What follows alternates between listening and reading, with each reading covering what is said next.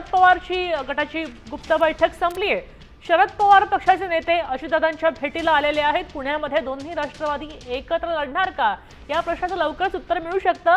या गुप्त बैठकीनंतर आता अजित पवारांची भेट घेतली जाते, तेव्हा पुढची दिशा ठरवण्यासाठी या बैठकी घेतल्या जात आहेत। त्यांचा सिलसिला सुरू झालाय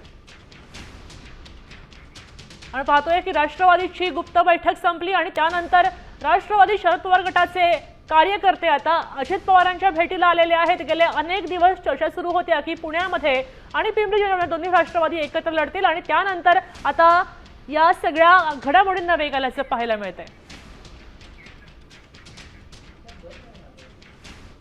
वंदनाताई चव्हाण, अंकुश काकडे आणि माजी नगरसेवक विशाल तांबे जे आहेत त्यांची एक बैठक झालेली आहे आणि आज आपण पाहतोय की सकाळपासून उपमुख्यमंत्री अजित पवार ही पुण्यात आहेत आणि याच पुण्यातल्या बारामती हॉस्टेल येथे काही वेळापूर्वी राष्ट्रवादी काँग्रेस पार्टी शरदचंद्र पवार गटाचे जे काही नेते आहेत ते आता पोहोचलेले आहेत। एकूणच आपण पाहतोय की दोन्ही राष्ट्रवादी काँग्रेस पुणे महानगरपालिका निवडणूक लढवण्यासाठी एकत्र येणार यावर खरं तर सगळ्या चर्चा सुरू होत्या। वेगवेगळ्या चर्चा सुरू असताना आज पहिल्यांदाच राष्ट्रवादी काँग्रेस पार्टी शरदचंद्र पवार गटाकडून त्यांचे नेते जे आहेत ते थेट उपमुख्यमंत्री अजित पवार यांच्या भेटीला आलेले आहेत।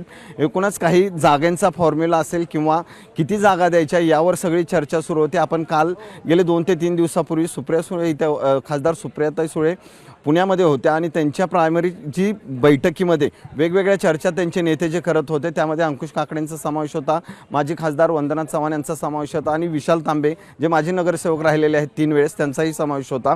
एकूणच आत्ता ही सगळी बैठक ते करण्यासाठी अजित पवार यांची भेट घेण्यासाठी आलेले आहेत।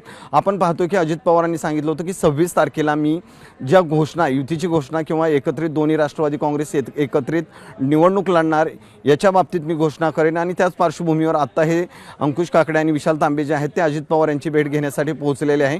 त्यामुळे आज किंवा उद्या यांच्यामध्ये खरं तर अंतिम निर्णय होईल आणि त्यानंतर दोन्ही राष्ट्रवादी काँग्रेस पुणे आणि पिंपरी चिंचवडमध्ये किती जागा लढवणार किंवा जागेंचा फॉर्म्युला काय असणार, कुठल्या चिन्हावर जागा लढवल्या जातील हे सगळं जे आहे ते या ठिकाणी बोललं जाईल आणि त्यानंतर आपण पाहतोय की येणाऱ्या निवडणुकीमध्ये